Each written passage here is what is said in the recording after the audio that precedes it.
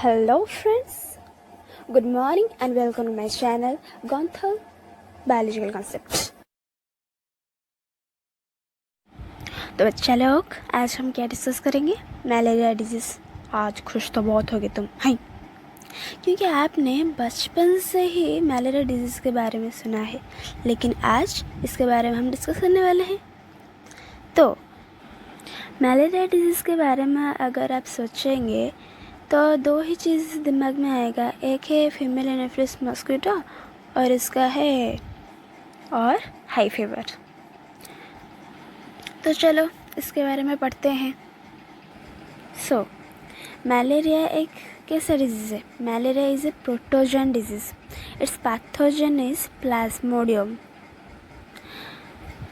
Plasmodium has two hosts, female Anopheles mosquito and human beings. Female Anopheles mosquito as the sexual phase of malarial parasite occurs in the mosquito, it is considered the definitive or primary host of malarial parasite. Sexual phase female Anopheles mosquito में होता है, इसीलिए इसको primary host कहा जाता है। Human beings. As the asexual phase of the malaria parasite occurs in man, it is considered the intermediate or secondary host. Asexual phase human beings में होता है, इसीलिए इसको सेकेंडरी होस्ट कहा जाता है। Simple.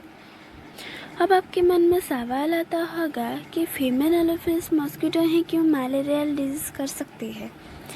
As the female Anopheles mosquito feed on blood, only they can serve as vector hosts or carrier of malaria parasite. समझ में आया? The parasite do not harm the mosquito. क्योंकि वो कैरियर है, उसको क्यों वो हार्म करेगा पैरासाइट? ठीक है। अब हम पढ़ते हैं हिस्टोरिकल एस्पेक्ट्स, मतलब कौन इसको डिस्कवर किया था, कैसे मलेरिया ऐसा सब वर्क है। इसमें समझ में ना आने वाली कुछ बात नहीं है, लेकिन सुन लेते हैं क्या लिखा हुआ है। तो क्या लिखा हुआ है? Lancis in 1717 first suspected a relationship between swamp, malaria and mosquito. Laveran in 1880 discovered that malaria is caused by protozoan parasite. In fact, he discovered the Plasmodium. He got Nobel Prize in 1907.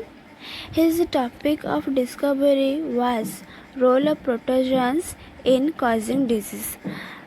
Golgi in 1885 confirmed Laveran's discovery by observing stages of Plasmodium malaria in human RBCs. In 1897, Sir Ronald Ross, a doctor who was born at Almora in India and he was in Indian Army, established that malarial parasite is transmitted by the bite of a female Anopheles mosquito. In 1902, he got Nobel Prize for this discovery. He worked in India. तो इस सब में सबसे ज़्यादा important है लावेरन का discovery, क्योंकि उन्होंने ही प्लाज्मोडियम को डिस्कवर किया था। ठीक है। तो अब हम पढ़ते हैं life cycle of Plasmodium in man. Infective stage of Plasmodium is sporozoite. Plasmodium का इन्फेक्टिव स्टेज है sporozoite. When the mosquito bites another human, sporozoids are injected with bite. आप तो जानते हैं मॉस्किटो मतलब female Anopheles mosquito sporozoite carry करता है। तो वो जब हेल्दी ह्यूमन को बाइट करता है तो स्पोरोजोइड हेल्दी ह्यूमन में इंजेक्ट होता है। पैरासाइट्स और sporozoites reach the liver through the blood. Inject के दौरान स्पोरोजोइड्स ब्लड से लिवर तक जाता है। The parasite reproduces asexually in the liver cells, मतलब पैरासाइट का एसेक्सुअल रिप्रोडक्शन लिवर सेल में होता है and then attack the red blood cells resulting in their rupture. अब पैरासाइट रेड ब्लड सेल को अटैक करता है, जिसके दौरान वो रप्चर हो जाता है। The rupture of RBCs is associated with release of toxic substance hemogen, which is responsible for the chill and high fever recurring every 3 to 4 days. RBC का रप्चर होने के दौरान हेमोजेन रिलीज होता है, क्योंकि हेमोजन एक टॉक्सिक सब्सटेंस है तो वो कुछ तो हार्म करेगा ना. वो चिल एंड हाई फीवर करता है, रिकरिंग एवरी 3 to 4 days. मतलब फीवर का रिपीटेशन होता है. The sexual stages develop in the red blood cells. Gametocyte का जो सेक्सुअल स्टेज है वो रेड ब्लड सेल में डेवलप होता है. अब आते हैं life cycle of Plasmodium in female Anopheles mosquito. Female mosquito takes up gametocytes with blood milk. ये रेफर करता है कि मॉस्किटो जब इन्फेक्टेड पर्सन को बाइट करता है तो वो ब्लड मिल्क के साथ गेमेटोसाइट्स टेक्स अप करती है. Fertilization and development take place in the mosquito stomach. Gametocyte का जो फर्टिलाइजेशन और डेवलपमेंट होता है वो मॉस्किटो के स्टोमक में होता है. The zygote elongates and becomes motile called ookinete. Gametocytes का जो फर्टिलाइजेशन होता है तो वो जाइगोट में चेंज होता है. जाइगोट का जो मोटाइल स्टेज है उसको ookinete कहा जाता है. The ookinete moves and bores through the wall of the stomach of female Anopheles mosquito. The ookinete changes to oocyst on the surface of the stomach. ookinete stomach के वाल पर bore होने के बाद oocyst में चेंज होता है. Inside the oocyst, sporozoites are formed which are released in the body cavity of the mosquito. वो जो हमारा स्पोरोजोइट है ना वो oocyst के अंदर ही है, वो अब रिलीज होगा. Mature infective stages means sporozoites move to different organs of the body cavity, but many of them penetrate salivary glands of the mosquito. स्पोरोजेट body cavity में जाता है और डिफरेंट ऑर्गन में जाता है मस्किटो के, लेकिन ज़्यादा से ज़्यादा पेनिट्रेट होकर सैलिवरी ग्लैंड में ही जाते हैं.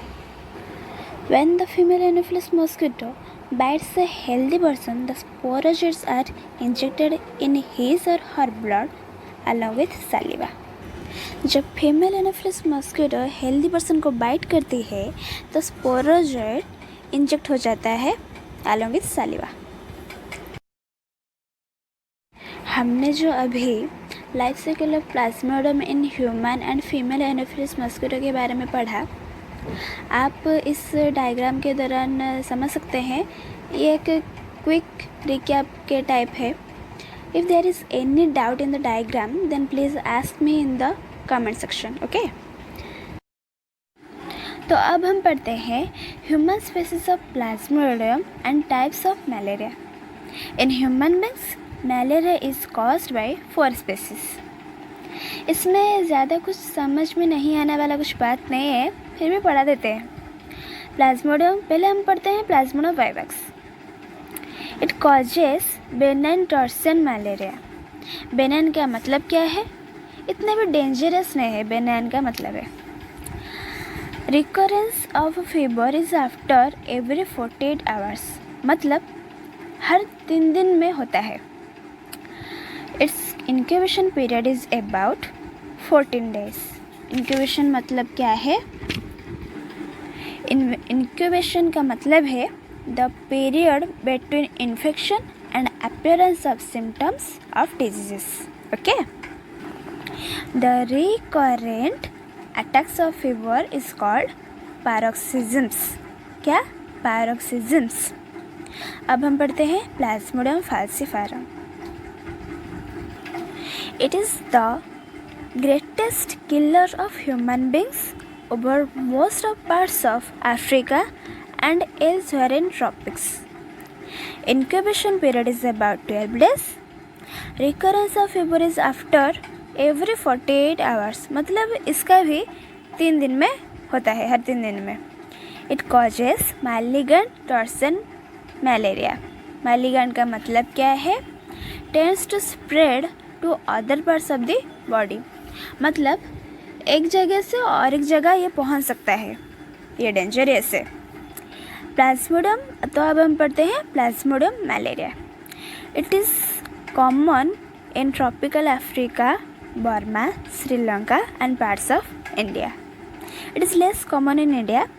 This was the species of malarial parasite discovered by Raveran. हम पहले से रावेरन के बारे में पढ़ चुके हैं. This is the only species which can also infect other primates. Its incubation period is 28 days. Recurrence of fever is after 72 hours. मतलब हर 4 दिन में रिपीट होता है. It causes क्वार्टरन malaria. क्वार्टरन का वैसा कुछ मतलब नहीं है, एक मलेरिया है और क्या. अब हम पढ़ते हैं Plasmodium ओवैले. This is the rarest of 4 species which infect the man. मतलब बहुत कम ही लोगों को ये प्लाज्मोडियम ओवैले होता है. It is mostly found in tropical Africa.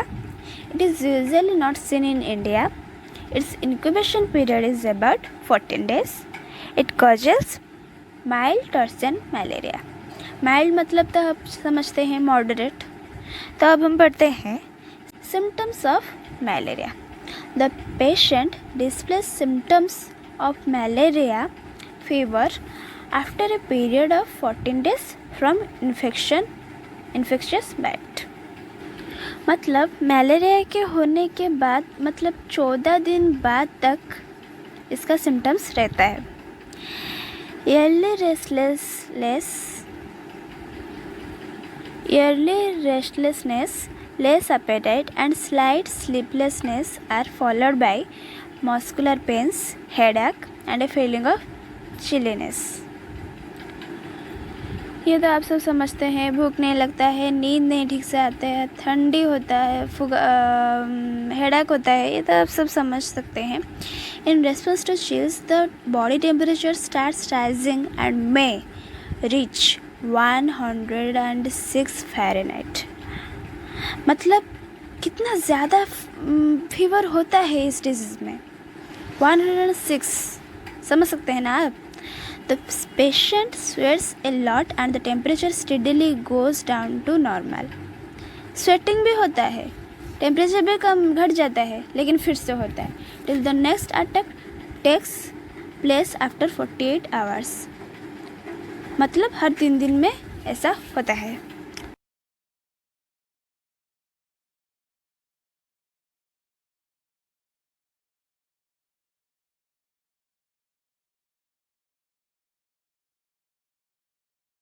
Control of malaria. Malaria is widely spread disease in India. Malaria India में बहुत ज़्यादा होता है. रूरल एरियाज़ में, स्लम में, यहाँ पे ज़्यादा होता है. There is separate anti-malaria department of the government which controls malaria through National Malaria Eradication Program. Short में इसे क्या कह सकता है? NMEP, national malaria eradication program. इसका ट्रीटमेंट क्या है? Treatment of the patient. Quinine, the oldest drug for malaria and other drugs are also used for this purpose.